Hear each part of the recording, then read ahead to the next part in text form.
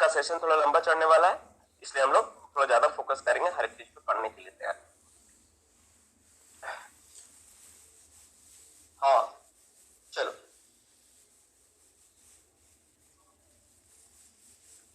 New student पुराना वाला video purchase करके एग्जाम करते। हाँ सही है, अगर कोई एग्जाम तुम अपेयर करना चाहते हो, नया स्टूडेंट है तो वो एग्जाम कर सकता है, वो परचेस कर एग्जाम के लिए सही होगा, एकदम सही होगा। पुराना वाला वीडियो चाहो तो तुम ले सकते हो, 4 महीने का क्लासेस हुई है, उस क्लासेस को तुम ले सकते हो, कोई इशू नहीं है। और आप लोग के लिए तो बहुत डिस्काउंट में है, आने वाला टाइम में उसका कॉस्ट भी बढ़ जाएगा। ठीक है, चलो हम लोग बात करेंगे यहाँ पे। पहला क्वेश्चन, वह ठीक है वह रास्ता जो ठीक है जो जिस पर हम जो क्या होता है the incline which is curvature incline. Mines में एक्सेस जाने के लिए, माइंस के अंदर जाने के लिए कर्वेचर इंक्लाइन को क्या कहते हैं? माइंस के अंदर, माइंस में मिनरल तक पहुंचने के लिए जो कर्वेचर इंक्लाइन होता है, उस कर्वेचर इंक्लाइन को क्या कहते हैं? उसको हम लोग क्या कहते हैं? उसको कहते हैं डेक्लाइन कहते हैं, दैट इज कॉल्ड डेक्लाइन। सीम का थिकनेस कितना होने पे उसको हम लोग थिन सीम कहेंगे? पोल सीम का थिकनेस कितना होने पे उसको हम लोग थिन सीम कहते हैं? वेरी गुड, कितना होता है? 1.5 मीटर। ठीक है, अप टू 1.5 मीटर को उसको हम लोग क्या कहते हैं? थिन सीम कहते हैं। सीम का ठीक है डेप्थ मतलब डीप इंक्लिनेशन कितना होने पर उसको हम लोग ठीक है वेरी डीप सीम कहेंगे। सीम का इंक्लिनेशन कितना होने पर उसको हम लोग वेरी डीप सीम कहते हैं। सीम का इंक्लिनेशन कितना सा ज्यादा होने पर उसको हम लोग वेरी डीप सीम कहते हैं। कितना? 450 मीटर मोर देन। और कितना डिग्री से ज्यादा अधिक इंक्लिनेशन हो तो उसको हम लोग क्या कहेंगे? हम लोग वेरी स्टीप सीम कहेंगे। कितना डिग्री हो जाएगा? डिग्री केस में कितना हो जाएगा? वो डीप सीम 450 मीटर से अधिक और स्टीप सीम 40 डिग्री से ज्यादा। ठीक है, ये होता है नॉर्मली। वह स्ट्राइक लाइन के साथ परपेंडिकुलर जो लाइन होता है, स्ट्राइक लाइन के साथ परपेंडिकुलर जो लाइन खींचा जाता है उसको हम लोग क्या कहते हैं? स्ट्राइक लाइन के साथ जो परपेंडिकुलर लाइन होता है उसको हम लोग क्या कहते हैं? That is called true deep. उसको हम लोग क्या कहते हैं? ट्रू डीप कहते हैं। फटाफट थोड़ा जवाब देना बाबू आप लोग सभी। ठीक है, छोटा मोटा जैसे लिखना जल्दी से लिख के आंसर दो, क्योंकि हम लोगों का उतना समय है नहीं। ठीक है, अगर मान लो रूफ कंडीशन बहुत खराब है तो किस तरह का मेथड एडॉप्ट करेंगे हम लोग केविंग के लिए? रूफ कंडीशन अगर बहुत खराब हो तो कौन सा मेथड को एडॉप्ट किया जाता है? वेरी गुड, कौन सा मेथड एडॉप्ट करते हैं हम लोग? उसको हम लोग फाइंडर मेथड कहते हैं, चौकीदार मेथड कहा जाता है। जो बच्चे क्लास में पहले सीखे उनको पता है कि टोटल 3 तरह से बताया गया है, half moon method, attacking the entire roof and finder method. जो चौकीदार मेथड है सबसे ज्यादा सुटेबल माना जाता है। बोर्ड एंड पिलर, ठीक है, बोर्ड एंड पिलर में डिप्लेयरिंग करने के लिए मैक्सिमम लाइन ऑफ एक्सट्रक्शन का जो एंगल होता है कितना डिग्री रखा जाता है? मैक्सिमम केस में लाइन ऑफ एक्सट्रक्शन का एंगल कितना होता है? 45 डिग्री। 45 डिग्री पर ज्यादातर लेकर हम लोग क्या करते हैं? काम करते हैं।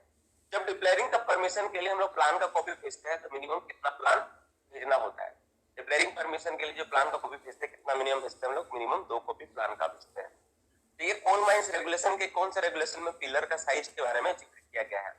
कोल माइंस रेगुलेशन का कौन सा प्लान में पिलर का साइज के बारे में जिक्र किया गया? सीएमआर कितना? 111, सीएमआर नंबर 111 है। स्टोइंग, ठीक है, पिलर का स्टेबिलिटी बनाए रखने के लिए जो स्टोइंग का हाइट है, कितना मीटर तक हाइट करने से पिलर का स्टेबिलिटी बरकरार हो जाता है, स्टेबिलिटी ठीक ठाक रहता है? कितना होता है? 2/3 मीटर होता है। अगर हम लोग केविंग मेथड में काम कर रहे हैं, मैक्सिमम एक्सपोज एरिया कितना होगा? केविंग में काम करते समय मैक्सिमम एक्सपोज एरिया कितना रख सकते हैं हम लोग? केविंग में कितना रखा जा सकता है? 62 कितना हो जाएगा? Very good, 62 to 90 metre square. ठीक है, स्टोइंग में काम करेंगे तो कितना हो जाएगा? स्टोइंग में केस में कितना हो जाएगा? कितना हो जाएगा? 120 से 140 मीटर स्क्वायर। मैं स्टोइंग का स्टेटस, हर महीने का स्टोइंग का स्टेटस किस डेट को भेजा जाता है? हर महीने का स्टोइंग का स्टेटस किस डेट को भेजते हैं हम लोग? 10th day of every month. हर दिन महीने का स्टोइंग का status 10th day of every month को भेजते हैं। अगर मान लो कि हम लोग डिप्लेयरिंग स्टार्ट किए, आप थोड़ा सा चाल का टुकड़ा टूट के गिरा है जिसका एक्सटेंशन सरफेस तक नहीं है, वैसे फॉल को हम लोग क्या कहेंगे? उसको हम लोग क्या कहते हैं? जिसका एक्सटेंशन सरफेस तक नहीं होता है, क्रैक एक्सटेंशन, उसको हम लोग कहते हैं लोकल फॉल। और यही वाला क्रैक्स अगर डेवलप करते हुए अगर मेरे सरफेस तक चला जाए उसको कहते हैं हम लोग मेन फॉल। जब कोई डिप्लेयरिंग पैनल स्टार्ट किया था, डिप्लेयरिंग पैनल स्टार्ट करते समय जो पैनल का साइज है 2 बात पे डिपेंड करता है। एक होता है डेली प्रोडक्शन, दूसरा फैक्टर क्या है? डेली प्रोडक्शन के अलावा एक और फैक्टर काम करता है वहां पे, उसको हम लोग क्या कहते हैं? That is called incubation period of the coal. Coal का इंक्यूबेशन पीरियड उस पर डिपेंड करता है। रानीगंज कोल फील्ड का इंक्यूबेशन पीरियड अमूमन कितना रानीगंज कोलफील्ड का उमन इंक्यूबेशन पीरियड कितना होता है? 6 to 9 मंथ होता है। 6 to 9 मंथ होता है। वो कौन सा एरिया है जिसका इंक्यूबेशन पीरियड सबसे कम, किस क्षेत्र का इंक्यूबेशन पीरियड सबसे कम होता है? किस क्षेत्र का? असम का कम होता है। कितना होता है असम का कम? असम का कम जो होता है कितना होता है असम का कम? कितना होता है असम का? असम के पास दो से 6 सप्ताह तक होता है ना, 2 या 4 से 6 सप्ताह तक होता है मैक्सिमम, 6 सप्ताह तक होता है। 2 से 6 सप्ताह, शायद 2 से 6 सप्ताह होता है। अगर मान लो मेरा लॉन्ग टाइम तक रूफ टंगा हुआ रह जाता है, ठीक है, लॉन्ग टाइम तक मेरा फॉल नहीं हो रहा है, केविंग मेथड में काम कर रहा है, लॉन्ग टाइम तक रूफ टंगा हुआ है, तो किस चीज का खतरा बढ़ जाती है मेरी? किस चीज का खतरा बढ़ जाता है? मेरा एयर ब्लास्ट का खतरा। मेरा क्या हो जाता है? एयर ब्लास्ट का खतरा मेरा बढ़ जाता है उस केस में। ये चौकीदार मेथड या हाफ मून मेथड में, ठीक है, चौकीदार मेथड में जो हम लोग काम करते हैं उसमें जो रीप छोड़ते हैं उसका साइज कितना होता है? चौकीदार मेथड में जो काम करते हैं रीप का साइज कितना होता है? 10 मीटर इंटू 10 मीटर साइज का रीप पहले छोड़ के हम लोग लेना स्टार्ट करते हैं, और इस पार्ट को हम लोग क्या करते हैं, फिर हाफ मून मेथड द्वारा इसको एक्सट्रैक्ट किया जाता है। मैंने अच्छे से डायग्राम करके आपको समझा कर बताया था कैसे कैसे काम होगा। रिवर जो होता है, रिवर से कितना मीटर हॉरिजॉन्टल डिस्टेंस के अंदर कोई माइनिंग ऑपरेशन नहीं होगा। रिवर से कितना मीटर हॉरिजॉन्टल डिस्टेंस के अंदर कोई माइनिंग ऑपरेशन नहीं होता, 15 मीटर के अंदर नहीं होगा। वाटर लॉग्ड एरिया से कितना मीटर के अंदर कोई मेरा नहीं होता, वाटर लॉग्ड एरिया कहीं पर हो तो 60 मीटर के अंदर कोई तरह का ऑपरेशन नहीं होता है। रेलवे ट्रैक जहां पे उससे कितना मीटर के अंदर मेरा कोई ऑपरेशन नहीं होता है। आंसर क्या हो जाएगा? 45 मीटर तक मेरा कोई काम नहीं होगा। 45 मीटर। वाटर लॉग्ड कहीं पे एरिया है उससे कितना मीटर पहले सर्वे फुल फैक्ट चेक करेगा, रिकॉर्ड करेगा कितना मीटर होता है, उसको क्या बोलते हैं? सर्वे चेक लाइन बोलते हैं हम लोग। चेक सर्वे इसको तुम कल पढ़ाया गया था, दैट इज 120 मीटर। 120 मीटर पहले से हम लोग क्या करेंगे, पहले से ही प्रिकॉशंस लेना स्टार्ट कर देना होगा। बिफोर डिप्लेयरिंग स्टार्ट करने से पहले कितना दिन पहले नोटिस दिया जाता है? किसी माइंस में डिप्लेयरिंग स्टार्ट करने से पहले कितने दिन पहले नोटिस देता है? बिफोर 14 डेज पहले हम लोग नोटिस देते हैं। अगर कहीं पे डिप्लेयरिंग ऑपरेशन को स्टार्ट किया जा रहा तो ये होता है।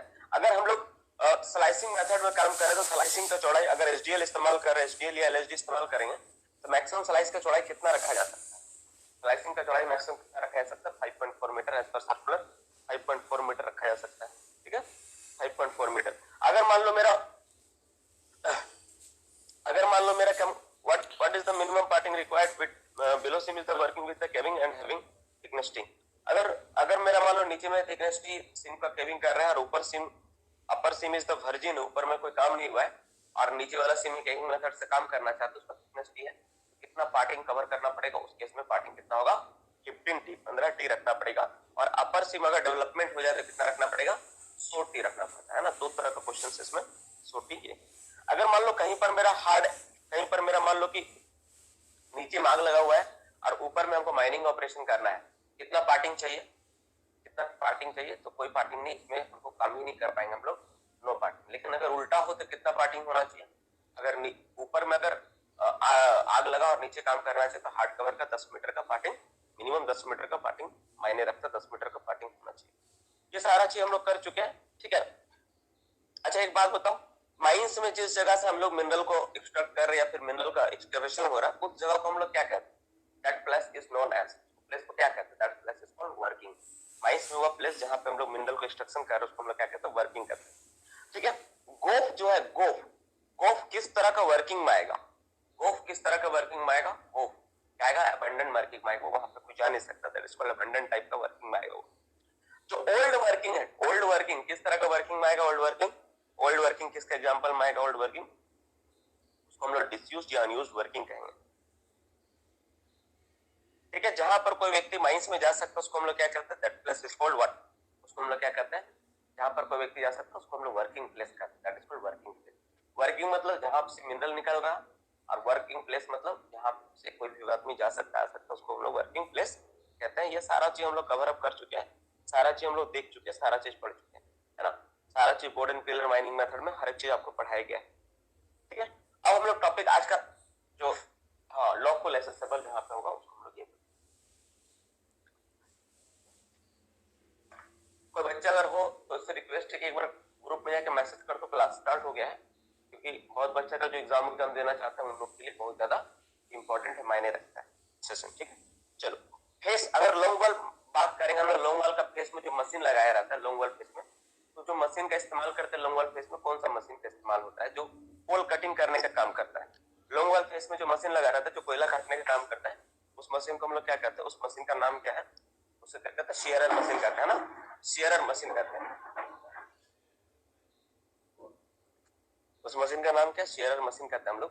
That that instrument is known as shearer machine. ठीक है, एक काम करता हूं, मैं थोड़ा बैठ जाता हूँ, आज तबीयत भी सही नहीं है, मैं बैठ के डिस्कशन करता हूँ, कोई इशू तो नहीं है, बैठ के डिस्कशन करता हूँ। चलो डिस्कशन ही करना है तो भी बैठ ही जाता हूँ, क्यों खड़ा रहो बिना मतलब का, बोर्ड में तो पढ़ाना है। तो शेयरर मशीन हो गया मेरा, थोड़ा सा डाउन कर देता हूँ।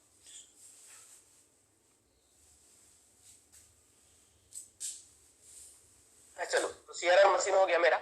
इसके बाद हम लोग नेक्स्ट क्वेश्चन में बात करेंगे, जो अगर जो शेयरर मशीन दो तरह का होता है, सिंगल एंडेड रेंजिंग ड्रम शेयरर और डबल एंडेड रेंजिंग ड्रम शेयरर। जो शेयरर जो मशीन काटती है कोयला जिस पे गिरता है उसको क्या कहते हैं, शेयरर मशीन जो कोयला को काटती है जिस पे गिराती है उसको क्या कहते हैं हम लोग, उसको क्या कहते हैं हम लोग, एएफसी। क्या बोलते हैं हम लोग, एएफसी कहते हैं। क्या कहते हैं बाबू हम लोग उसको, एएफसी कहते हैं, एएफसी कहा जाता है ना, एएफसी कहते हैं। ठीक है, एएफसी कहते हैं।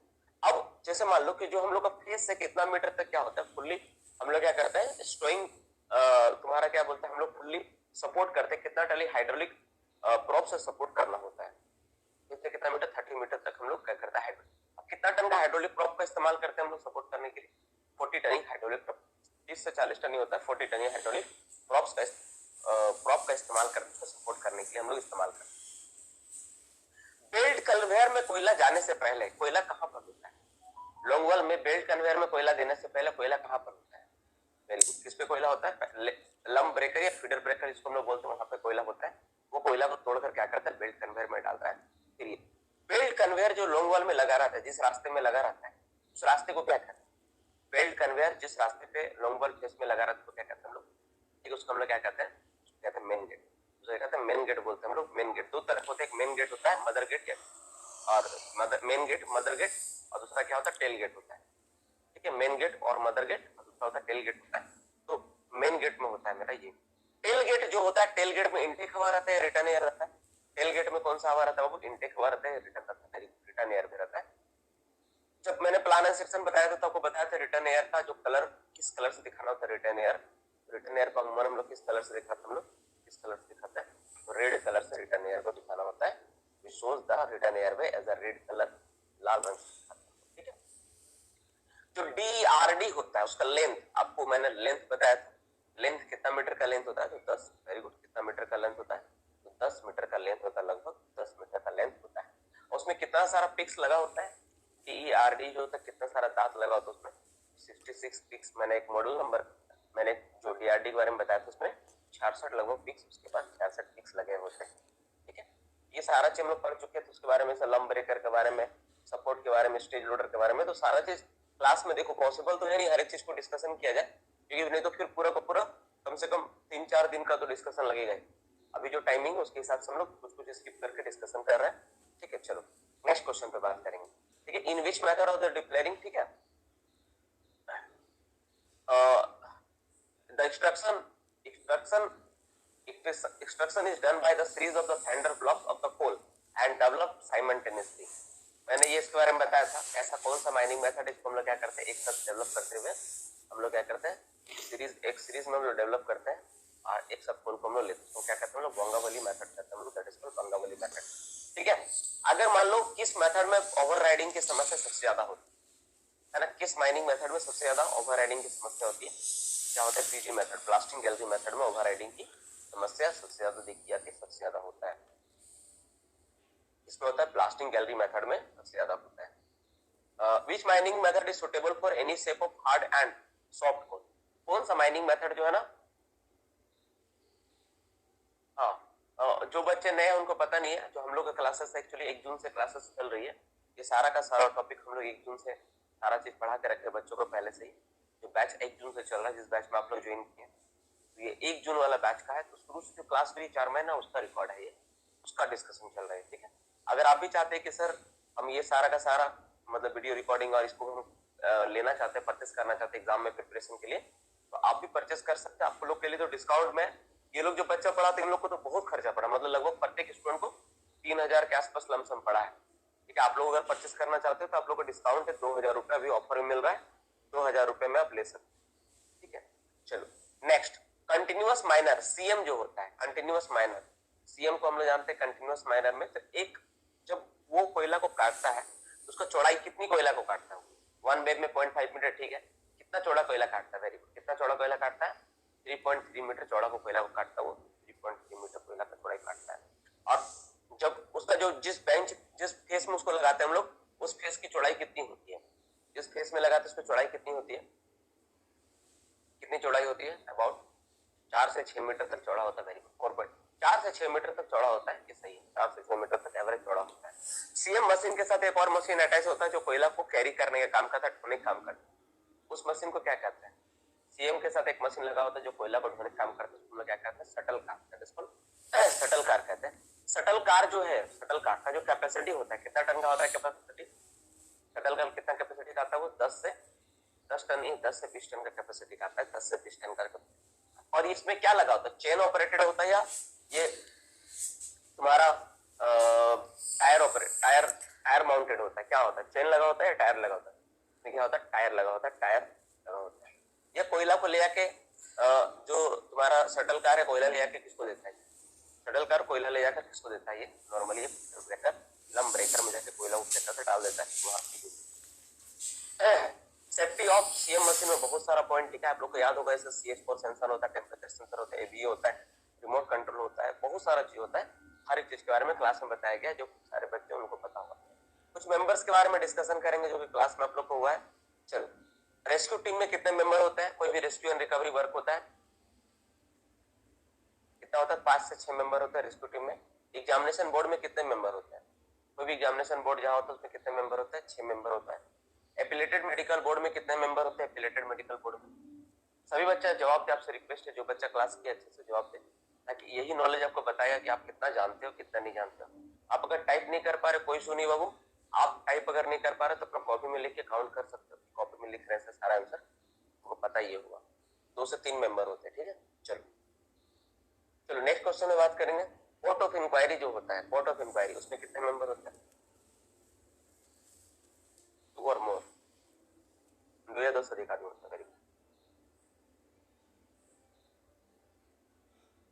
सबसे लेटेस्ट जनरेशन का जो सपोर्ट है, सबसे लेटेस्ट जनरेशन का सपोर्ट जो, उसको कौन सा सपोर्ट बोलेंगे हम, सबसे लेटेस्ट जनरेशन का जो सपोर्ट है, कौन सा टाइप का सपोर्ट में आएगा, वो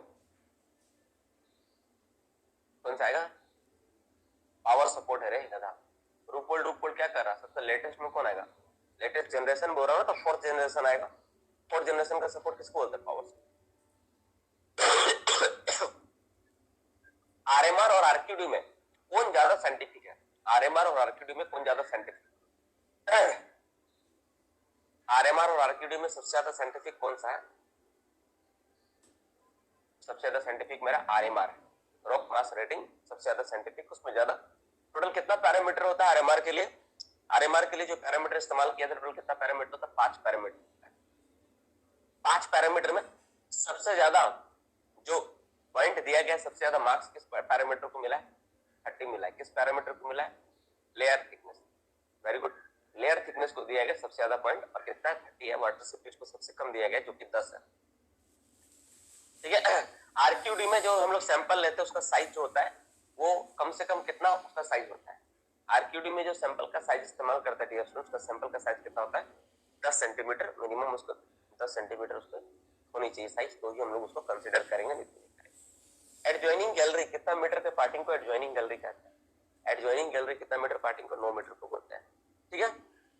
ग्रीन रूफ फेस से कितना मीटर के डिस्टेंस को ग्रीन रूफ कहा जाता है, फेस से कितना मीटर की दूरी को ग्रीन रूफ कहते हैं, फेस से कितना मीटर दूर रहने पर हम लोग ग्रुप में मैसेज कर दिया, कोई जाके एक बार कोई बच्चा को कर दो, है ना, जो बच्चा क्लास नहीं कर पा रहा है एक बार आके क्लास करे, ठीक है। 10 मीटर का दूरी, चलो ठीक है, वेरी गुड, चलो 10 मीटर का दूरी पे होता है। अगर हमें प्रेशर आज थ्योरी को देखते हैं तो सबसे ज्यादा लोड कौन से जोन में होता है, जोन 1, जोन 2, जोन 3, जोन 5, सबसे ज्यादा लोड किस पे होता है, तो जोन 1 में सबसे ज्यादा लोड, सबसे ज्यादा सपोर्ट करने का जरूरत पड़ता है। प्रेशर आज थ्योरी मैंने आपको बताया था, अच्छे से एक्सप्लेन कर, कैसे कैसे लेयर किस तरह से टूटता है नहीं होता है, इसके बारे में बताया था। जो हम लोग बेडेड जो बोलते हैं, बेडेड प्लेन, ठीक है, बेडेड प्लेन का मोटाई कितना से कितना होता है, अच्छा से टाइप करके भेजना, बेडेड प्लेन का मोटाई कितना से कितना होता है, बेडेड प्लेन का मोटाई कितना से कितना होता है, 75, वेरी गुड, 75 टू 1 क्या है, 75 टू क्या 1.5 का ना क्या है,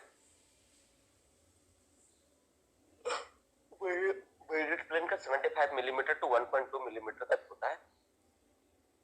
तो बेडल प्लेन का मोटाई 75 से 1.2 मिलीमीटर का होता है। अगर आरक्यूडी का अगर किसी भी आरक्यूडी का मान निकलता अगर 80% निकले, 85% निकले तो उसको किस कैटेगरी में रखेंगे?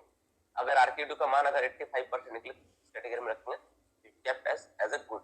90 से ज्यादा होता है तो ही उसको हम लोग एक्सीलेंट कैटेगरी में रखते हैं, नहीं तो उसमें very fair, fair, very poor, poor, fair, good और एक्सीलेंट आता है, क्योंकि 25-25 का डिफरेंस होता है और आखिरी वाला 90 से 100 के बीच का डिफरेंस है।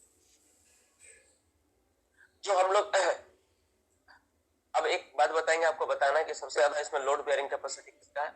प्रॉप है, स्टील चौक है, रूफ बोल्ट है, प्रॉप है, स्टील चौक है, रूफ बोल्ट है, और ये तीनों में सबसे ज्यादा लोड बेयरिंग कैपेसिटी किसका होगा? स्टील चौक का सबसे ज्यादा कैपेसिटी होता है।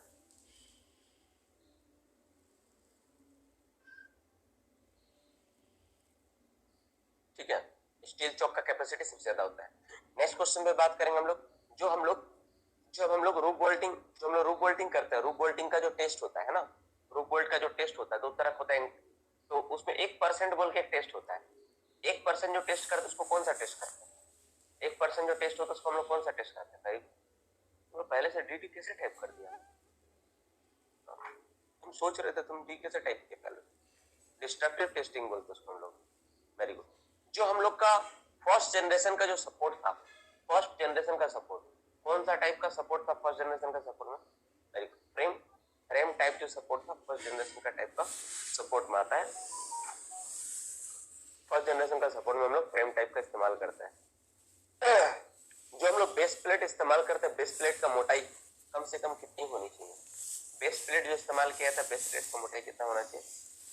बेस प्लेट 8 कहाँ है? बेस प्लेट तो नीचे रहता है, वो तो 5 सेंटीमीटर होगा, नॉट लेस देन 5 सेंटीमीटर होगा। 8 कहाँ से तुम लोग देख के मार रहा है? लीड 8 होता है, लीड की मोटाई 8 सेंटीमीटर होनी चाहिए, इसी को नहीं होना चाहिए। हम किस प्रॉप के बारे में बात कर रहे हैं जिसका इंस्टॉलेशन परपेंडिकुलर और वर्टिकल लाइन के बीच में होता है? वो कौन सा प्रॉप है जिसका जो इंस्टॉलेशन होता है परपेंडिकुलर और वर्टिकल लाइन के बीच में होता है? उसको हम लोग क्या कहते हैं? That prop is known as underset prop. उसको हम लोग बोलते हैं अंडरसेट प्रॉप बोलते हैं। जो पीट प्रॉप इस्तेमाल करते हैं उसके ऊपर एक चैनल लगा होता है, उस चैनल की लंबाई कितनी होगी?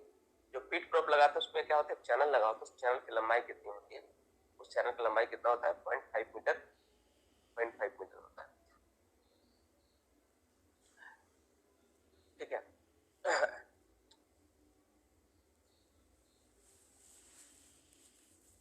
चलो नेक्स्ट क्वेश्चन में बात करेंगे।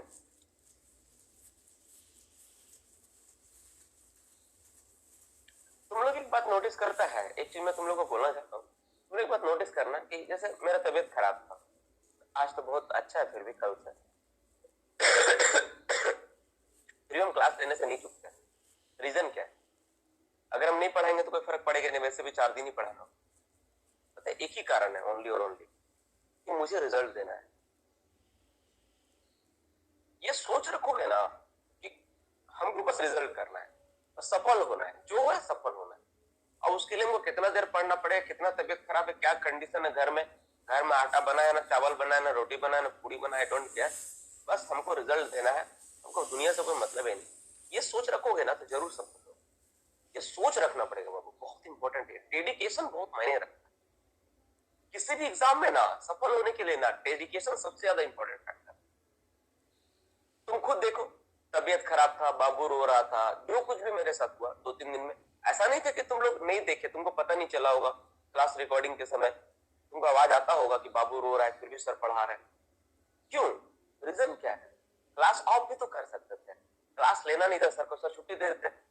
पिछले सप्ताह भी कंटिन्यू पढ़ाए थे, इस सप्ताह भी कंटिन्यू पढ़ा, उससे पहले भी कंटिन्यू पढ़ाए, 3 सप्ताह से कंटिन्यू पढ़ाए जा रहे, फिर क्यों पढ़ा रहे?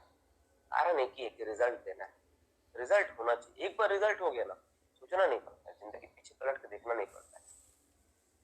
मेरा सोच यही रहता है कि अगर हम किसी के पीछे थोड़ा ज्यादा मेहनत करते, रिजल्ट हो जाए तो उससे बड़ा बात क्या है?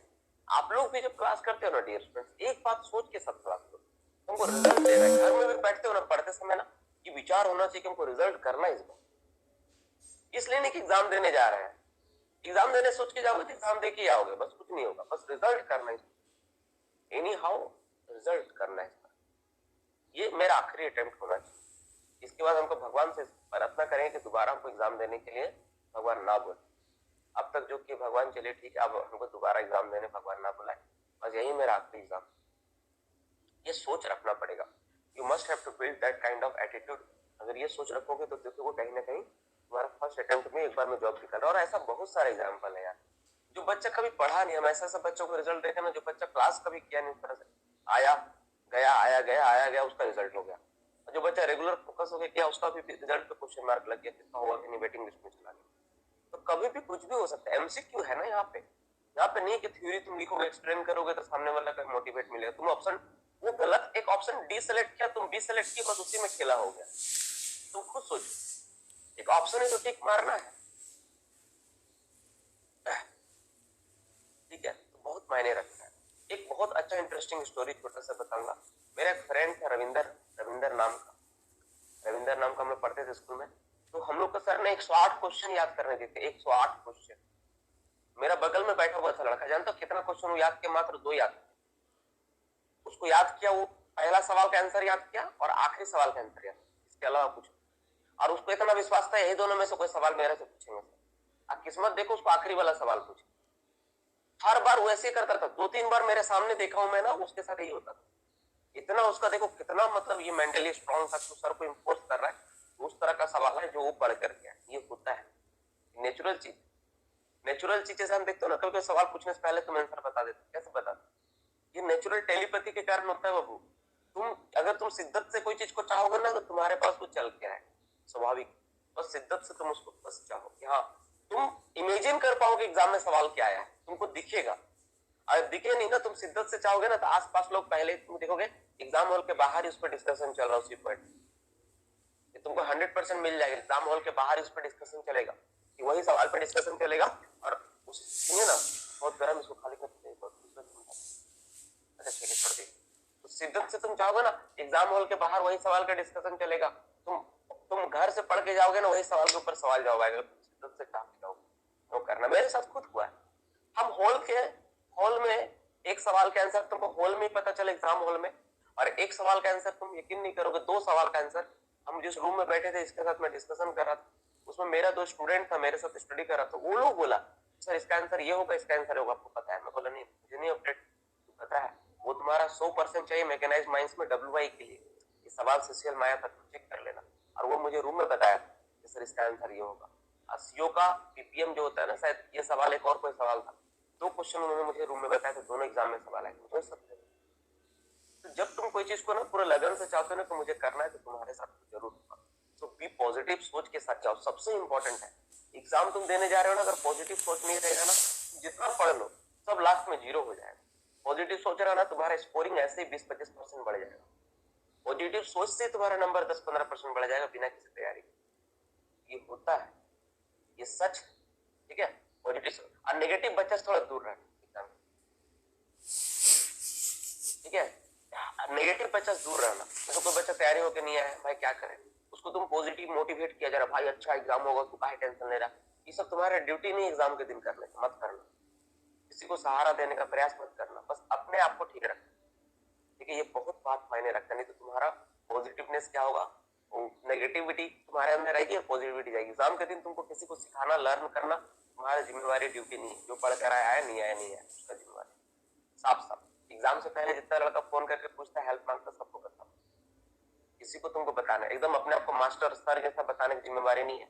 DGMS का एग्जाम पिछले बार जो GT बच्चा देने क्या होगा उसको पता होगा, तो बच्चा क्लासरूम में बैठ के सबको समझा रहा था ये वो, और जब एग्जाम का बारी आया तो दोनों अलग बैठ गए, हम लोग अलग तैयारी करेंगे, वही दोनों फेल हुआ, बाकी तो पास हो गए। अगर कोई बच्चा होगा GT का एग्जाम दिया होगा पिछले बार, तो एक स्टूडेंट मुझे उस रूम से आके मुझे बताया सर ऐसा तो हुआ, इसलिए मैं आपको सुना रहा हूँ। पिछले बार जो GT का एग्जाम हुआ उसमें 2 कैंडिडेट सबसे स्मार्ट थे, पढ़ाई में सबसे तेज। जो बोला गया ना कि अपना अपना कंप्यूटर में बैठ जाइए, तो उसमें सेटिंग अरेंजमेंट नहीं था, वो लोग जाके 2 कंप्यूटर में कोई भी बैठ गया चुपचाप से अलग, अब बाकी लोग एक तरफ बैठे, ये लोग सब पास हो गए, बेचारा वही दोनों थे। तो सो डोंट बी कि हमको टीचर बनना है, ये नहीं, पहले तुमको खुद पास होना है, बाद में अपना जीवन को तय करना। चलो अब हम लोग आगे बात करेंगे। अगर मान लो किसी भी रूफ का RMR अगर निकलता है 48, ठीक है। 48 निकाल तो किस कैटेगरी में रखेंगे? वेरी गुड, उसको हम लोग क्या रखेंगे? फेयर में रखेंगे। 48 रखते हम लोग, उसको फेयर में रखा जाता है, फेयर में होता है। 2 घंटे के अंदर जो रूफ बोल्ट लोड लेता है, कितना टन का लोड लेता है? 2 आवर्स के अंदर जो रूफ बोल्टिंग लोड लेता है कितना लेता है? 5 टन के आसपास का लोड लेता है।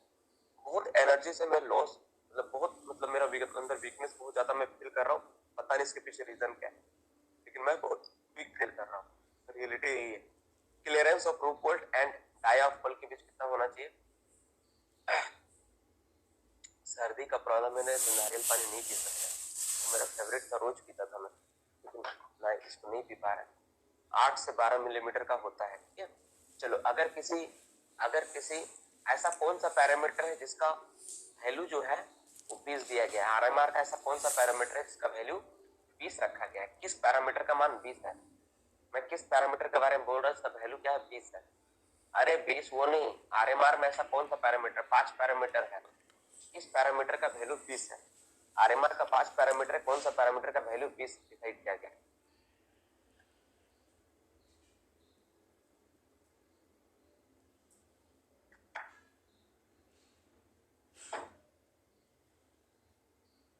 किसका होगा?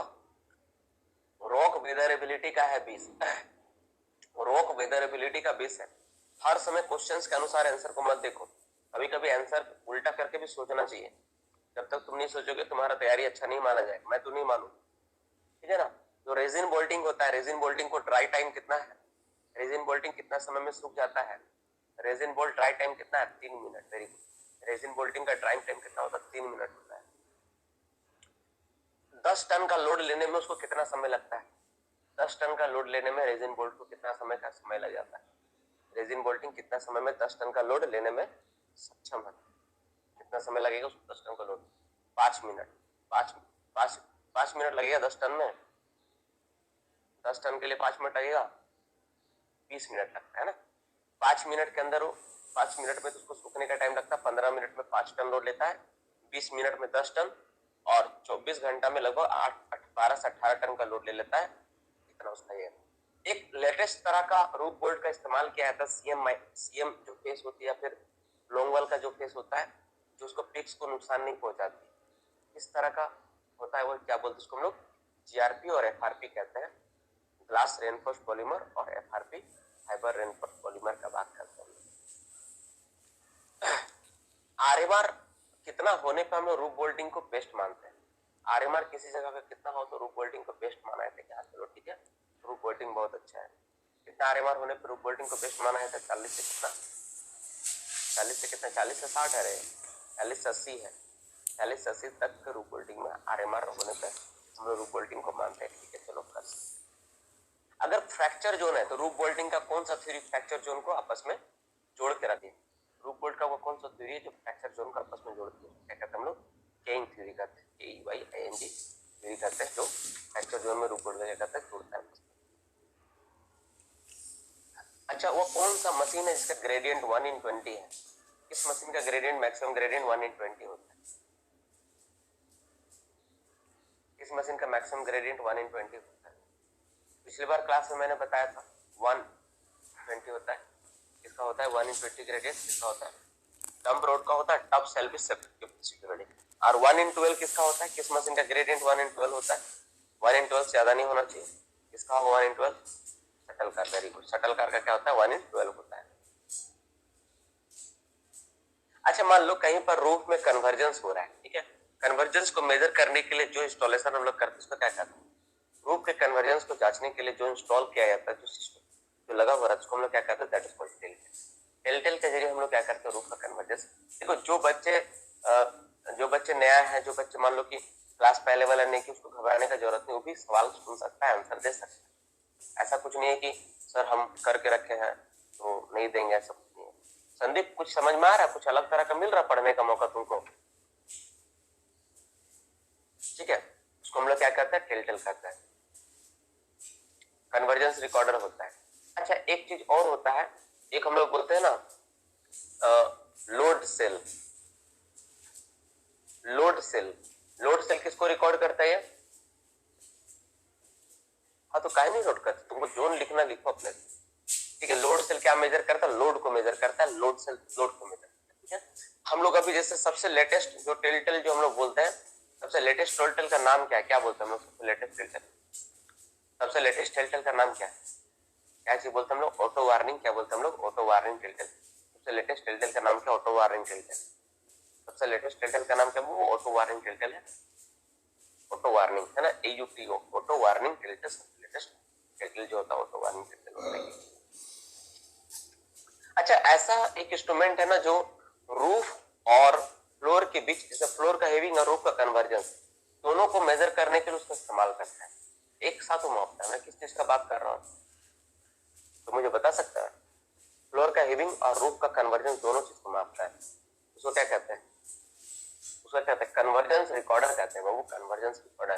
कन्वर्जेंस रिकॉर्डर क्या करता है? रूफ का हीविंग को भी मापता है और साथ ही साथ फ्लोर का हीविंग को भी मापता है और रूफ का कन्वर्जेंस दोनों को मापता है। दैट इज कन्वर्जेंस रिकॉर्डर के माध्यम से हमको दोनों पता चलता है। ये लोड सेल के बारे में मैं आप लोगों को जितना डिटेल्स में इतना अच्छे से बताया, मुझे नहीं लगता है कि आपको कभी डिप्लोमा में पढ़ने का मौका मिला होगा। और बेस्ट था, है ना, जो भी मैंने बता दिया कन्वर्जेंस रिकॉर्डर के बारे में, इस सब चीज के बारे में, जो भी डाटा मॉनिटरिंग डिवाइस होती है, हर एक चीज के बारे में बहुत अच्छे से समझा दी है क्लास। उससे बेस्ट नहीं हो सकता। ठीक है, चलो नेक्स्ट क्वेश्चन में बात करेंगे हम लोग। जब हम लोग केबल बोल्टिंग करते हैं तो केबल बोल्टिंग करते समय जो डाया होता है, ठीक है ना, जो डाया रखा जाता है केबल बोल्टिंग का, डाया कितना होता है? केबल बोल्टिंग में डाया कितना होता है? अच्छा से आंसर मारो बाबू, एकदम केबल बोल्टिंग का डाया कितना होता है? डायाफ्राम कितना होता है?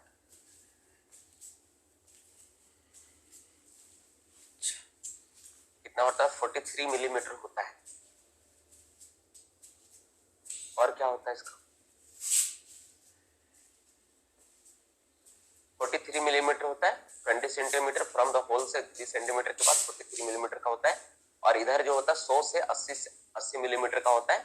हम लोग वेज शेप का लगाते हैं, हम लोग वेज फिक्स करते हैं। ठीक है, केबल बोल्टिंग के समय, ठीक है, केबल बोल्टिंग के समय जो केबल बोल्टिंग जो किया जाता है उसमें एक पाइप होता है। जो पाइप क्या करता है? Air remover pipe. ठीक है, एक एयर कंप्रेसर पाइप होता है, एक एयर रिमूवर पाइप होता है। एयर रिमूवर पाइप पर डाया कितना मिलीमीटर होता है? डाया एयर रिमूवर पाइप का 5 मिलीमीटर डाया होता है। तुम इतना टफ क्वेश्चन बता दे रहे हो तो हमको पूरा यकीन है कि आप कोई भी क्वेश्चन को आसानी से बना पाओगे। अच्छा, एक मशीन होता है जो प्रॉप को खोलने के लिए प्रॉप विड्रॉल में हेल्प करता है। हम किस मशीन का बात कर रहे हैं? नाम ले रहे हैं, किस मशीन के बारे में बोल रहे हैं हम लोग? क्या बोल रहे हैं? किसके बारे में हम लोग बात कर रहे हैं? We are talking about Sylvester chain machine. We are talking about Sylvester chain machine. जो सिल्वेस्टर चेन मशीन होता है इसमें 2 चेन लगा होता है, एक शॉर्ट चेन, एक लॉन्ग। शॉर्ट चेन की लंबाई कितनी होती है? शॉर्ट चेन जो होता है उसकी लंबाई कितनी होती है? कितना होता है? 5 मीटर। शॉर्ट चेन की लंबाई कितनी होती है? 5 मीटर होता है। 5 मीटर शॉर्ट चेन की लंबाई रखा है। ठीक है, शॉर्ट चेन की लंबाई क्या होता है? 5 मीटर। आप लोग ब्लास्टिंग से रिलेटेड कुछ टॉपिक देखेंगे। जो डिटोनेटर जो हम लोग डिले अंडरग्राउंड में जो डिले डिटोनेटर इस्तेमाल करते हैं, तो 2 डिले नंबर के बीच का इंटरवल कितना होता है? डिले नंबर जो 2 डिले नंबर के बीच का इंटरवल कितना होता है? 25 मिली सेकेंड का इंटरवल होता है, 25 मिली सेकेंड का होता है। ये होता है। कितना नंबर तक डिले नंबर अवेलेबल है मार्केट में? कितना नंबर तक डिले अवेलेबल है? 6 नंबर। 0 to 6 अवेलेबल है। 0 से 6 नंबर तक अवेलेबल है। अगर हम लोग को सॉलिड ब्लास्टिंग करना है, ठीक है, तो फेस से कितना मीटर रेडियस में गैस का जांच होता है? सॉलिड ब्लास्टिंग केस में फेस से कितना मीटर रेडियस में गैस का जांच होता है? 20 मीटर तक गैस का जांच होता है। गैस एग्जाम में बोल रहा हूँ ना मैं, 20 मीटर तक जांच होता है। सॉलिड ब्लास्टिंग के केस में स्पेसिफिकेशन दिया हुआ है। और जो हम लोग ब्लास्टिंग करेंगे, मतलब वाटर स्प्रे करेंगे, वाटर स्प्रे कितना मीटर तक होता है? टोटल 90 मीटर रेडियस में वाटर स्प्रे किया जाता है। 90 मीटर का रेडियस में क्या होता है? वाटर स्प्रे करते हैं हम लोग। ये अगर मान लो सॉलिड ब्लास्टिंग कर रहे डिग्री 2 माइनस में, अगर एक्सप्लोसिव चार्ज करना है तो पर होल मैक्सिमम कितना ग्राम एक्सप्लोसिव चार्ज होगा? डिग्री 2 माइनस में कितना होगा? 565 ग्राम, 565 ग्राम। डिग्री 2 डिग्री 3 में सेम डेटा है, 565 ग्राम पर होल से ज्यादा चार्ज नहीं करते, 565 ग्राम होता है। ठीक है, ये होता है। अब डिग्री 1 माइनस में अगर फेस में कितना परसेंट मिथेन मिलने पर हम लोग मिथेन हैज बीन फाउंड बोलते हैं? कितना परसेंट मिथेन मिलने पर बोलते हैं हम लोग? 0.1% मिथेन मिले तो हम लोग बोलते हैं मिथेन हैज बीन फाउंड, बोलते हैं मिथेन मिला हुआ माना जाता है। रूफ में अगर मान लो, अच्छा, 2 होल का बीच का मिनिमम डिस्टेंस कितना मेंटेन करना होता है? जो हम लोग 2 होल लगाते हैं, 2 होल का बीच का मिनिमम डिस्टेंस कितना मेंटेन करते हैं हम लोग? तो 60 सेंटीमीटर। 2 होल जो लगाएंगे उसका बीच का दूरी कितना होना चाहिए? 60 सेंटीमीटर होना चाहिए। 60 सेंटीमीटर होता है उसको फैला नहीं। और ठीक है, और कितना सेंटीमीटर रिलीविंग होल जो रिलीविंग होल लगाएंगे उसका दूरी कितना सेंटीमीटर होता है, तो 30 सेंटीमीटर का दूरी पे रिलीविंग होल होता है। Explosive cartridge of hole dia के बीच का मिनिमम क्लियरेंस कितना सेंटीमीटर मिलीमीटर का होना चाहिए, कितना होता है 3 मिलीमीटर का होना चाहिए। एक्सप्लोसिव कार्टेज और इसका बीच का क्लियरेंस 3 मिलीमीटर का होगा। जो हम लोग सीरीज में जो हम लोग कनेक्शन करते हैं, अंडरग्राउंड माइंस में क्या होता है, सारा का सारा शॉर्ट होल सीरीज में कनेक्शन करना होता है। पीछे कारण क्या है, क्यों ऐसा करते हैं, रीजन क्या है, तो मुझे बता सकता है? सीरीज में करने से क्या फायदा होता है? सबसे बड़ा फायदा ये होता है कि अगर होल में अगर कोई एक होल ना फूटे तो कोई भी होल ब्लास्ट नहीं होगा। अगर कनेक्शन मिस फायर से बचता है, मतलब अगर कोई एक होल अगर ब्लास्ट नहीं हो रहा तो कोई भी होल ब्लास्ट नहीं होगा। अगर कनेक्शन अगर पूरी तरह सर्किट कंप्लीट ना हो तो कोई होल ना टूटेगा। ठीक है, चलो वैसा कौन सा एपरेटस इसके जरिए हम लोग होल को साफ करने के लिए इस्तेमाल करते हैं, तो कौन सा एपरेटस इसका इस्तेमाल हम लोग होल को साफ करने के लिए करते हैं? होल को क्लीनिंग करने में उसका इस्तेमाल किया जाता है, स्क्रैपर का इस्तेमाल होता है। होल को क्लीनिंग करने में स्क्रैपर होता है। सेकंड शिफ्ट में जो एक्सप्लोसिव जब लेके जाएंगे हम लोग, तो जो बक्सा का कलर रखेंगे, सेकंड शिफ्ट में एक्सप्लोसिव जो ले जाएंगे उसका बक्सा का कलर किस कलर का होगा? येलो, पीला रंग का होना चाहिए। जो हम लोग का बॉक्स, अगर मान लो कोई मेटेलिक बॉक्स इसमें एक्सप्लोसिव लेके जा रहे हैं, उसको गैल्वेनाइज करना होता है। किस चीज से गैल्वेनाइज करते हैं? जिंक से गैल्वेनाइज करते हैं। कितना से गैल्वेनाइज करते हैं? जिंक से गैल्वेनाइज करते हैं हम लोग, जिंक से गैल्वेनाइज कहते हैं। मैक्सिमम जो एक्सप्लोसिव जो कैरी करेगा कोई वर्कर, मैक्सिमम कितना केजी एक्सप्लोसिव कैरी करेगा? वो कितना केजी कैरी करेगा? वो मैक्सिमम 5 केजी एक्सप्लोसिव को कैरी करेगा, 5 केजी। स्टोन ड्रिफ्ट में ब्लास्टिंग करने से पहले कितना मीटर तक जगह को हम लोग क्या करते हैं, पूरा साफ करके क्लीन कर लेते हैं, उसके बाद हम लोग ब्लास्टिंग को आगे प्रोसीड करते हैं। कितना होता है? तो 1.2 मीटर का जगह को हम लोग क्या करते हैं, साफ करके ही हम लोग ब्लास्टिंग करते हैं। P3 एक्सप्लोसिव जो होता है पर होल चार्ज के हिसाब से मैक्सिमम कितना ग्राम इस्तेमाल होता है? P3 एक्सप्लोसिव मैक्सिमम 1000 ग्राम हम लोग इस्तेमाल करते हैं। रिजर्व स्टेशन में कितना मीटर के रेडियस में 2 सेंटीमीटर मोटा स्टोन डस्टिंग करना होता है? रिजर्व स्टेशन में कितना? 18 metre, very good, 18 metre radius में 2 सेंटीमीटर का स्टोन डस्टिंग हम लोग करते हैं। चलो नेक्स्ट क्वेश्चन में बात करेंगे। अगर मेरा डिग्री 1 माइंस हो और मल्टी शॉट एक्सप्लोडर हो, तो एक शॉट फायर मैक्सिमम कितना शॉट ब्लास्ट करेगा? डिग्री 1 और मल्टी शॉट एक्सप्लोडर का कॉम्बिनेशन है। एक shot fire multi shot exploder से डिग्री 1 माइंस में कितना शॉट ब्लास्ट कर सकता है? आंसर क्या होगा? शो। आंसर क्या हो जाएगा? शो। अगर यही डिग्री 2 और 3 माइंस होता तो कितना होता? 80। डिग्री 2 3 माइंस में 80, डिग्री 1 में 100 और ओपन कास्ट होता तो 120। आप इसमें हमेशा कंफ्यूज हो जाते हो, ऐसा मत करना। ये वेट कटिंग के केस में कितना मीटर का रेडियस तक हम लोग को वाटर स्प्रे करना होता है? वेट कटिंग में क्या होता है, कितना मीटर तक? 90 मीटर। नॉर्मली फेस से कितना मीटर का दूरी तक dust control and preventive measures लेना है? फेस से कितना मीटर तक नॉर्मली केस में dust control and preventive measures हमेशा लेना है? 60 मीटर का दूरी तक हम लोग डस्ट को कंट्रोल करते हैं। हम लोग 60 मीटर का दूरी तक होता है। चलो ये हो गया। इसके बाद हम लोग बात करते हैं जो एक्सप्लोडर होता है, एक्सप्लोडर में इनपुट वोल्टेज कितना होता है? एक्सप्लोडर का इनपुट वोल्टेज कितना वोल्ट होता है? 6 वोल्ट होता है। आउटपुट वोल्टेज कितना होता है? आउटपुट वोल्टेज क्या होता है? आउटपुट वोल्टेज 600 वोल्ट होता है। 600 वोल्ट आउटपुट होता है, इनपुट 6 वोल्ट होता है। जो एक्सप्लोडर यूज करेंगे, ठीक है ना, जो एक्सप्लोडर हम लोग इस्तेमाल करते हैं वो किस तरह का डिवाइस है? किस तरह का डिवाइस है? किस तरह का डिवाइस है? ठीक है, क्या है वो? इस तरह का, वेरी गुड, इस तरह का device exploder intrinsically safe device है। इंट्रिंसिकली सेफ हम लोग कहते हैं। एक्सप्लोडर किस तरह का डिवाइस है वो? तो इंट्रिंसिकली क्या है वो? इंट्रिंसिकली सेफ डिवाइस है। Intrinsically safe device. Next question में बात करेंगे हम लोग। एक्सप्लोडर का करंट ड्यूरेशन कितना सेकंड के लिए होता है? कितना सेकंड के लिए उसका करंट ड्यूरेशन होता है? 3 to 4 millisecond, that is not second, in millisecond में होता है। जो हम लोग ड्रिल बिट इस्तेमाल करते हैं, ठीक है, वो किस चीज का बना होता है? ड्रिल बिट जो इस्तेमाल किया जाता है अंडरग्राउंड माइंस में किस चीज का बना होता है? तो वो क्या होता है? टंगस्टन कार्बाइड का बना होता है। Tungsten carbide. आज का क्लास में जो बच्चा पुराना नया, अगर नया बच्चा है तो उसके लिए आज बहुत बड़ा क्लास, अगर उसमें से एमसीक्यू क्वेश्चन नोट करे तो बहुत सारा एमसीक्यू क्वेश्चन मिल जाएगा, हर चैप्टर से मिल जाएगा। हर एक बच्चा क्लास को नोट कर सकता है, ऐसा नहीं कि सर केवल यही है, ऐसा नहीं है। हर एक बच्चा इस क्लास को नोट कर सकता है, आप नोट कर लो आराम से जो भी है। चलो अब बताओ कि वह होल, जैसे हम लोग 3 तरह का होल हम लोग लगाते हैं, है ना, एक होता है संपर्क, इरेजर और ट्रिमर। तो होल कटिंग के लिए जो होल होता है, होल काटने के लिए जो होल होता है उसको कौन सा होल? होल काटने के लिए जो होल है उसको हम लोग बोलते हैं, क्या बोलते हैं हम लोग? कौन सा होल बोलते हैं हम लोग? होल काटने के लिए होता है, जो उसको इरेजर बोला जाता है। ठीक है। संपर्क किस लिए होता है? संपर्क होता है, किस लिए होता है? संपर्क का पर्पस क्या है? इरेजर कोल काटने के लिए, संपर्क फ्री फेस के लिए होता है, और ट्रिमर ट्रिमिंग। ट्रिमर ट्रिमिंग तो बहुत आसान है, संपर्क सिर्फ याद रखना फ्री फेस के लिए, ठीक है ना। संपर्क क्या होता है, फ्री फेस के लिए होता है, और इरेजर क्या करता है, कोल कटिंग करता है ना। इरेजर एक्सकेवेशन, इरेजर से एक्सकेवेशन याद रखना, जैसे E for eraser, E for excavation. Excavation मतलब कोयला काटना, इरेजर मतलब भी कोयला काटना, कोल कटिंग के लिए इस्तेमाल होता है, कोल प्लास्टिंग के लिए इस्तेमाल होता है। चलो नेक्स्ट क्वेश्चन पे बात करेंगे, जो रिमर वीड बाद में। क्रोमन जो कट होता है, क्रोमन कट में सेंटर में होल लगाया जाता है, ठीक है, 8 शेप में होल होता है। आप बता सकते हैं उसका डाया कितना होता है ना, कितना डाया होता है, कितना डाया का होल होता है, कितना डाया होता है, 57-58 मिलीमीटर का डाया का होल होता है, ठीक है। रोमन कट में 57-58 मिलीमीटर का डाया का होल होता है, ये हम लोग होल लगाते हैं। 57-58 दोनों रिटर्न लिखता है बुक अलग अलग जगह। अच्छा, एक्सप्लोसिव वैन का एग्जामिन कोई कॉम्पिटेंट पर्सन कितना अंतराल पे करता है, एक्सप्लोसिव वैन का एग्जामिन 24। 58 ज्यादा सही है, 58 का डेटा हर जगह मिलता है, 57 का डेटा कहीं कहीं दिखता है। एक्सप्लोसिव वैन में मैक्सिमम डिटोनेटर कितना कैरी कर सकते हैं हम लोग, एक्सप्लोसिव वैन में मैक्सिमम कितना, 200 डिटोनेटर को कैरी किया जा सकता है, 200 डिटोनेटर कैरी। एक्सप्लोसिव वैन में वर्ड एक्सप्लोसिव लिखा रहता है, उसमें ई वर्ड जो लिखा रहता है उसका हाइट कितना होगा, कितना होगा 25 सेंटीमीटर, अदर 15 सेंटीमीटर होना चाहिए। एक्सप्लोसिव वैन का अगर मान लो कोई अलग रोडवे जैसा है, जैसे मान लो सपोज कोई एनएच हाईवे रोडवे है, उसमें स्पीड मैक्सिमम कितना होगा, 40 कितना हो जाएगा, 40 किलोमीटर पर आवर, उस केस में होगा। माइंस बाउंड्री में इसका स्पीड घट के कितना हो जाता है, 25 किलोमीटर पर आवर होता है, ठीक है, ये होता है एक्सप्लोसिव वैन में।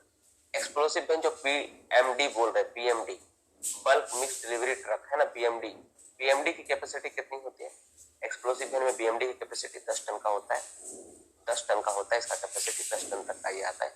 और इसका अप्रूवल कौन करता है, पीएमडी एक्सप्लोसिव का अप्रूवल कौन करता है, पीएमडी का अप्रूवल पेसो, एक्सप्लोसिव रिलेटेड हर चीज का अप्रूवल पेसो द्वारा होता है। क्या बोलते हैं हम लोग, PESO, petroleum and explosive safety organisation. जैसे हम लोग का डीजीएमएस है, एक्सप्लोसिव केस में पेसो, डीजीएमएस और पेसो ये होता है।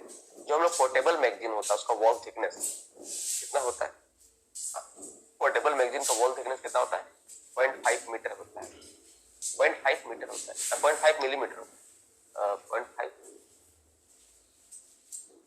कितना होता है, पोर्टेबल मैगजीन का वॉल थिकनेस कितना होता है, वो कितना होता है, पोर्टेबल मैगजीन 5 मिलीमीटर होता है ना, 5 मिलीमीटर, सॉरी 5 मिलीमीटर होता है, 5 मिलीमीटर मेरा सर 5 मिलीमीटर।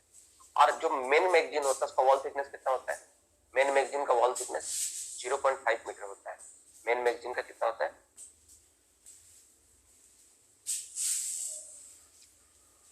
ठीक है। मेन मैगजीन का कैपेसिटी कितना होता है, मेन मैगजीन का कैपेसिटी कितना होता है, कैपेसिटी कितना होता है, कितना होता है कैपेसिटी, 100 से 500 केजी तक होता है, 100 से 500 केजी तक होता है। ये सब हम लोग क्लास में पढ़ चुके, डिटेल्स में जान चुके, बहुत बार रिवीजन हुआ है, इसीलिए आप लोग को दिमाग में। जो डिटोनेटर होता है उसका बेस चार्ज के रूप में क्या इस्तेमाल करते हैं, किसी भी डिटोनेटर का बेस चार्ज के रूप में क्या इस्तेमाल किया जाता है, किसी भी डिटोनेटर का बेस चार्ज के रूप में हम लोग क्या इस्तेमाल करते हैं, तो पीईटीएन या टीएनटी का इस्तेमाल होता है। अब प्राइम चार्ज के रूप में किसका इस्तेमाल करते हैं हम लोग, डिटोनेटर प्राइम चार्ज के रूप में किसका इस्तेमाल करते हैं, एएसए का इस्तेमाल होता है ना, एएसए का इस्तेमाल होता है, एएसए का इस्तेमाल होता है प्राइम चार्ज के रूप में हम लोग क्या करते हैं, एएसए का इस्तेमाल करते हैं, एएसए।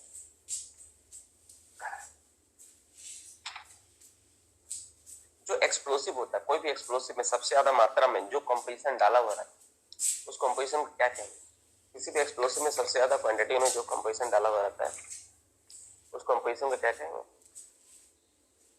उस कंपोजिशन में क्या कहते हैं मुझे बता सकते हो, कोई भी एक्सप्लोसिव में जो सबसे ज्यादा कंपोजिशन डाला हुआ रहता है क्या होता है उसमें, oxidising agent. Very good, oxidising agent का एग्जांपल कोई नाम बता सकता है मुझे, ऑक्सीडाइजिंग एजेंट का नाम यह है,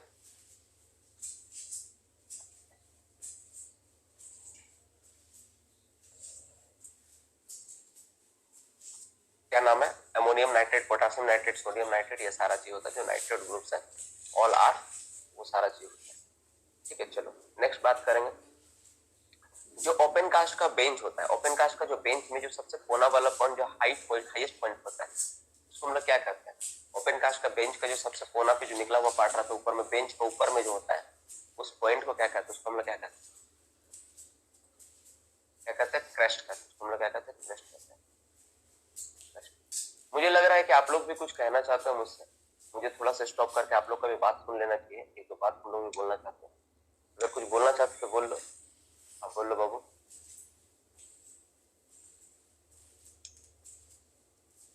कुछ बोलना चाहता है कोई स्टूडेंट? 30 सेकंड का टाइम दे रहा हूं।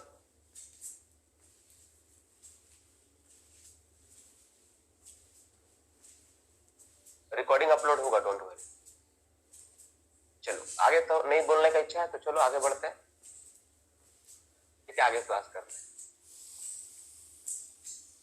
एक बच्चा बार बार सर रेगुलेशन 14 लीजिए। अभी हम पढ़ाने का मूड में नहीं है कि रेगुलेशन 14 और 15 करें। मेरा मूड आज क्या है, आज हम लोग सवाल जवाब के मूड में। आप लोग जिस तरह बचपन में क्लास करते थे, हम लोग यहाँ क्लास वैसा नहीं चलता है। हम लोग का जो टॉपिक होता है ना, सारा चीज प्री डिसाइडेड टॉपिक होता है कि हम लोग क्या पढ़ने वाले, क्या देखने वाले, क्या जानने वाले, ठीक है।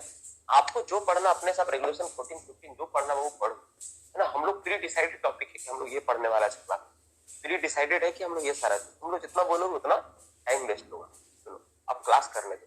चलो नेक्स्ट क्वेश्चन, जो ओपन कास्ट में बेंच के ऊपर से कोई मशीन नीचे ना गिर जाए, इसको बचाने के लिए, इसको प्रिवेंट करने के लिए हम लोग क्या करते हैं, क्या बना देते हैं, हम लोग क्या बना देते हैं, बर्म बना देते हैं। क्या बना देते हैं, बर्म बना देते हैं। अच्छा बता, तो ओवरऑल स्लोप एंगल और बेंच एंगल में वैल्यू किसका ज्यादा होगा? ओवरऑल स्लोप एंगल का वैल्यू ज्यादा होगा ना बेंच एंगल का वैल्यू? किसका एंगल का मान ज्यादा होता है? किसका ज्यादा होता है?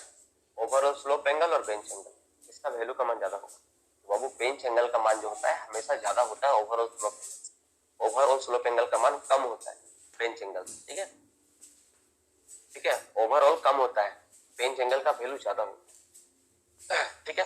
बेंच का, जैसे बेंच का जो बॉटम में हम लोग जो बेंच देखते हैं तो ऊपर में क्रस्ट होता है, नीचे में इसको हम लोग क्या कहते हैं, नीचे में जो इसका कहते हैं टो कहते हैं।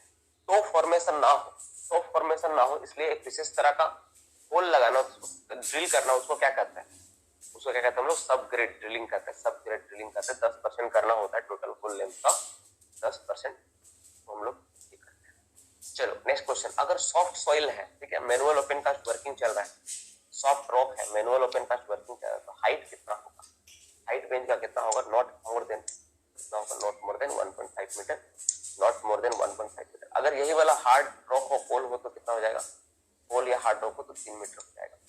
अच्छा ये दोनों का केस में, ठीक है, बेंच का जो विड्थ होगा वो हाइट से ज्यादा नहीं होना चाहिए, और एंगल का वैल्यू कितना है, जो स्लोप बेंच का एंगल का वैल्यू किससे अधिक नहीं होगा, वेरी गुड, बेंच का एंगल का वैल्यू किससे अधिक नहीं होगा, तो 45 डिग्री से अधिक नहीं होगा।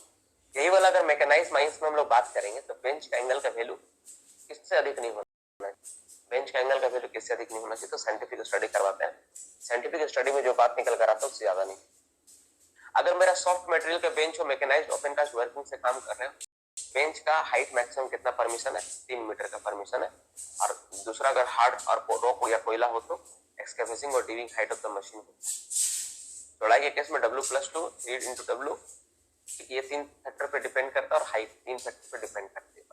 ये सब क्लास में बहुत बार हुआ है। बेंच का टो से, ठीक है, बेंच का टो से, यहाँ पे ओबी डंप कर रहे हैं, ओबी डंपिंग का टो से कितना मीटर दूर तक कोई भी मेरा रोडवे लाइन पब्लिक नहीं होगा, कितना होगा, तो 100 मीटर के अंदर नहीं होना चाहिए, 100 मीटर के बाहर जो होगा होगा। जो इंसिटू पिलर छोड़ते डेप्थ मेजरमेंट के लिए, ठीक है, इंसिटू पिलर डेप्थ मेजरमेंट के लिए, उसका हाइट मैक्सिमम कितना रखा जा सकता है, वेरी गुड, 2.5 मीटर रखा जा सकता है, 2.55 मीटर से हाइट ज्यादा नहीं होगा। जो हम लोग जब ओबी डंपिंग करते हैं हम लोग, तो बेंच जो बनाते हैं हम लोग, तो टेलीस्कोपिक अरेंजमेंट करके रखेंगे, मैक्सिमम कितना बेंच रखा जा सकता है, मैक्सिमम कितना बेंच रखा जा सकता है, मैक्सिमम 3 बेंच रखा जा सकता है, प्रत्येक का हाइट 30 मीटर करके होगा, यानी ओवरऑल हाइट किसी भी हाल में 90 मीटर ज्यादा नहीं होगा। रैम का ग्रेडियंट कितना होता है, रैम का gradient, what should be the gradient of the RAM, कितना होगा, 1/10 होता है, होल्डेड का 1/16 होता है, कल की क्लास में हम लोग पढ़े थे। बेंच में जहां से ड्रेसिंग करते हैं उसको कितना मीटर का दूरी रख के हम लोग ड्रेसिंग करते हैं, बेंच में ड्रेसिंग जो करते हैं 5 मीटर का दूरी से करते हैं। जो बाउंड्री होता है मेरा, बाउंड्री से कितना मीटर दूर तक मेरा ओपन कास्ट में कोई काम नहीं होगा, बाउंड्री, कॉमन बाउंड्री से कितना मीटर दूर तक हम लोग ओपन कास्ट में कोई काम नहीं होता, कितना 7.5 मीटर होता है, ठीक है, 7.5 मीटर बाउंड्री से काम नहीं होता। अगर मान लो वन वे केस में हम लोग होल रोड बना रहे हैं, वन वे से, तो होल रोड का चौड़ाई कितना होगा, वन वे केस में अगर होल रोड बनाएंगे तो कितना होगा, W+ कितना हो जाएगा, वेरी बहुत बच्चे लिखिए फटाफट, W+5। हम लोग टाइप करने में इतना एक्सपर्ट हो गया यार, डब्ल्यू प्लस 5 मीटर हो गया, और यही वाला 2a में होता 3w प्लस 5 मीटर। और कर्व हो जाएगा तो कितना होगा वो, कर्व अगर हो गया तो कितना हो जाएगा, कर्व के केस में कितना हो जाता है,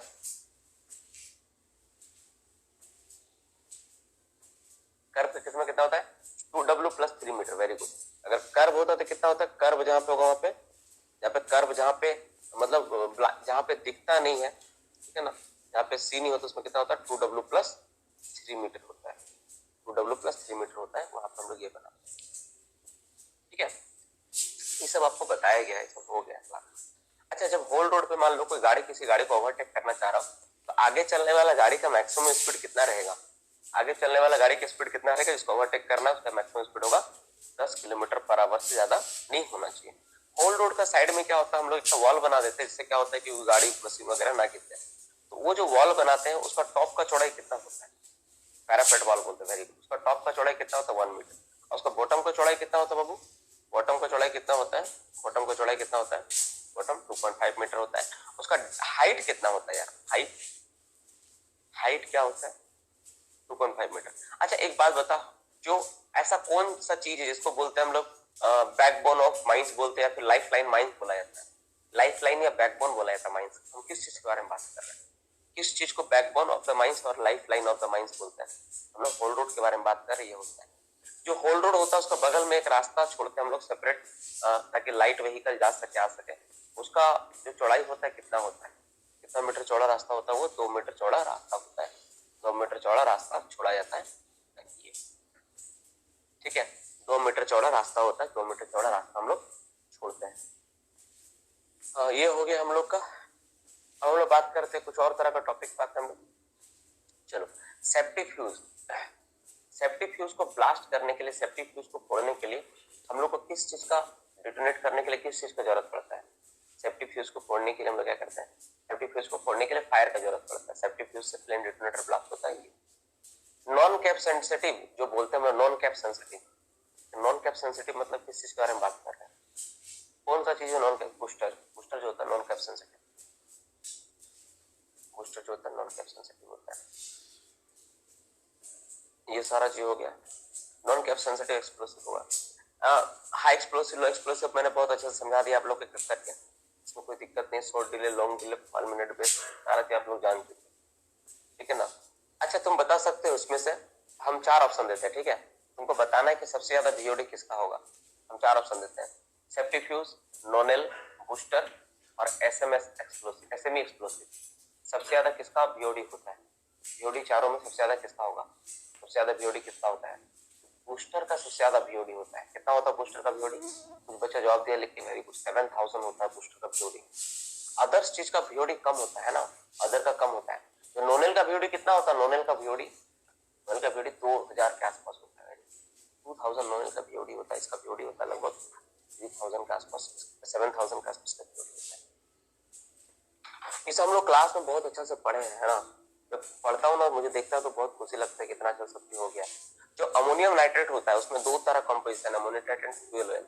अमोनियम नाइट्रेट कितना परसेंट होता है, अमोनियम नाइट्रेट कितना परसेंट होता है, जो एक्सप्लोसिव में हम लोग अमोनियम नाइट्रेट फ्यूल ऑयल बोलते हैं, अमोनियम नाइट्रेट कितना परसेंट होता है, 94% अमोनियम नाइट्रेट, ठीक है। अमोनियम नाइट्रेट कितना होता है, 94% होता है।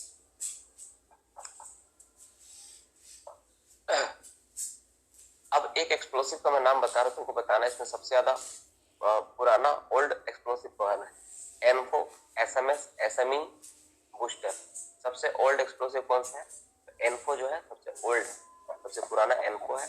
इसका लो वाटर रेजिस्टेंस प्रॉपर्टी और लो डेंसिटी कारण इसका इस्तेमाल नहीं होता है। अभी सबसे ज्यादा लेटेस्ट एक्सप्लोसिव कौन सा है, सबसे ज्यादा लेटेस्ट एक्सप्लोसिव कौन है, SME है, साइट मिक्स इमल्शन एक्सप्लोसिव होता है। सबसे ज्यादा लेटेस्ट एक्सप्लोसिव में काउंटिंग आता है, हम लोग सबसे ज्यादा लेटेस्ट एक्सप्लोसिव बोलते हैं।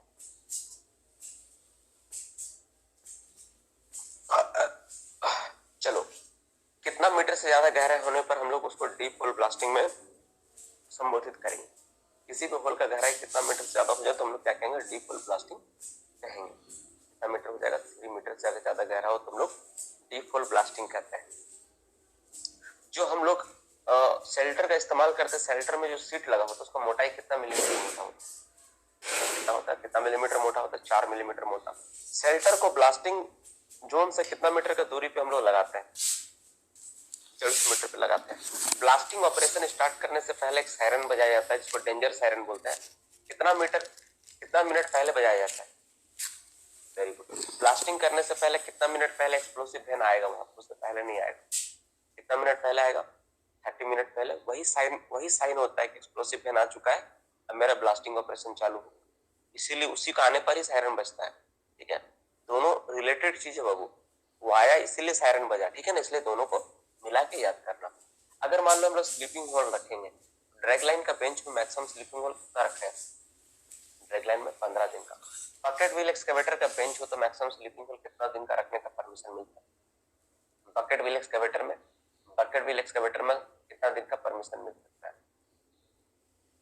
बकेट व्हील एक्सकेवेटर में कितना दिन का परमिशन मिल सकता है? बकेट व्हील एक्सकेवेटर में परमिशन का जरूरत ही नहीं, क्योंकि बकेट व्हील एक्सकेवेटर में ड्रिलिंग ब्लास्ट नहीं होती, अब स्लीपिंग होल का जरूरत ही नहीं पड़ेगा। ड्रैग लाइन में होता है इसलिए 15 दिन तक मिलेगा। सोवेल के बेंच में कितना होता है? सोवेल का बेंच में कितना दिन का होता है बाबू? 7 दिन का होता है। सोवेल में 7 दिन का होता है। जो मेरा स्लीपिंग होल होता है, ठीक है, दिन के समय में उसको मार्क करना है कि स्लीपिंग होल है। क्या करेंगे उसमें? क्या लगा देंगे वहां पे? रेड क्या लगा देंगे? रेड फ्लैग, लाल झंडी लगा देंगे, लाल रंग का झंडी लगा देंगे, तो पता चलेगा ये वो कौन सा टेक्निक है जिसमें हम लोग क्या करते हैं, स्टार्टा अलग अलग क्वालिटी का स्टार्टा हो, हार्ड और सॉफ्ट स्टार्टा हो। हार्ड की जगह एक्सप्लोसिव और सॉफ्ट की जगह स्टेमिंग इस्तेमाल करते हैं।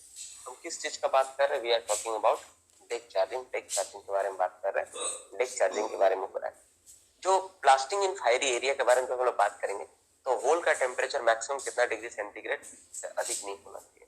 किसी भी केस में ज्यादा नहीं होगा तो कितना होगा? 80 डिग्री सेंटीग्रेड से होल का टेम्परेचर ज्यादा नहीं हो। सीओ कितना परसेंट से ज्यादा नहीं होना चाहिए? सीओ कितना परसेंट ज्यादा नहीं होना चाहिए? 200 तुम्हारा 50 ppm से सीओ कहीं ज्यादा नहीं होना चाहिए। और होल का ये होगा, ठीक है। उसका क्या करना होता है? अगर होल में पहले से कोई हो तो कितना देर पहले हम लोग क्या करते हैं? होल को ठंडा करने के लिए पानी डाल देते हैं। 24 घंटा पहले, एटलीस्ट 12 घंटा है ना शायद, 12 घंटा पहले से पानी डाल के तुम लोग ठंडा कर देते। अच्छा, एक चीज सवाल आता है आप लोगों का इसमें, एक सवाल का आंसर तुम लोग दे दो। इसमें किस तरह का एक्सप्लोसिव का इस्तेमाल होगा? केवल कौन सा एक्सप्लोसिव का इस्तेमाल होगा? किस तरह का एक्सप्लोसिव इस्तेमाल होता है उसमें? एसएमएस और एसएमई टाइप का ही केवल एक्सप्लोसिव का इस्तेमाल होता है, दूसरा एक्सप्लोसिव नहीं यूज होगा यहाँ पे, नहीं करते। कास्ट ब्लास्टिंग किस चीज से रिलेटेड है? कास्ट ब्लास्टिंग किसमें इस्तेमाल होता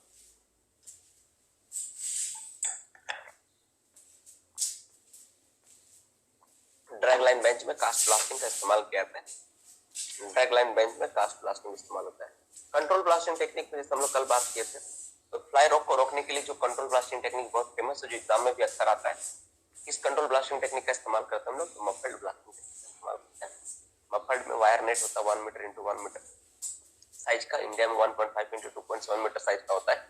उसमें 30 से 50 किलो का सैंड बैग ओवरलोड करके डाल देते हैं, उसके बाद ब्लास्टिंग करते हैं, तो ये होता है, ठीक है। इसके बाद हम लोग सेकेंडरी ब्लास्टिंग टेक्निक देखे, इसमें लाइन ड्रिलिंग, प्री स्प्लिटिंग सबके ऊपर चर्चा हुआ। अगर मान लो लाइन ड्रिलिंग, प्री स्प्लिटिंग करना पॉसिबल ना, उतना खर्चा नहीं है, तो हम लोग क्या करेंगे? उसके जगह पे तीसरा जो मेथड है कौन सा है? लाइन ड्रिलिंग, या उसके अलावा क्या है, क्या बोलते हैं हम लोग? ट्रेंचिंग काट देंगे, उसके जरिए हम लोग ब्लास्टिंग को कंट्रोल कर सकते हैं। प्लास्टर शूटिंग करने के लिए जो एक्सप्लोसिव का इस्तेमाल किया जाता है ना, कौन सा एक्सप्लोसिव इस्तेमाल होता है प्लास्टर शूटिंग के लिए? प्लास्टर शूटिंग के लिए स्पेशल जिलेटाइन का इस्तेमाल होता है ना। प्लास्टर जिलेटाइन या स्पेशल जिलेटाइन का इस्तेमाल होता है, ये होता है। जिलेटाइन बोलते हैं उसको, जिलेटाइन बोल रहे हो तो सही है। प्लास्टर जिलेटाइन या स्पेशल जिलेटाइन का इस्तेमाल, ठीक है। चलो, ये सारा चीज तुम लोग पढ़ चुके हो। सब्रेक्स, SABREX, सब्रेक्स क्या है? ये एक तरह का ब्लास्टिंग टेक्निक है ना, मतलब एक तरह का सॉफ्टवेयर है जो सारा चीज को मेजर करता है। चलो ठीक है, आप लोगों को मैंने जितना भी पढ़ाया था आप लोग लगभग सारी चीजों को याद रखे हो। ये हो गया, इनका स्टोरेज फायरिंग हो गया।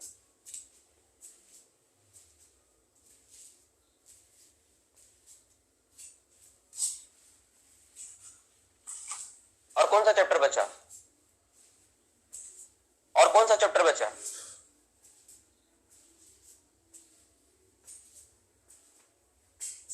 रूल रेगुलेशन तो हाल ही फिलहाल पढ़े, और क्या बचा बताओ? मोबाइल में चार्ज नहीं बचेगा।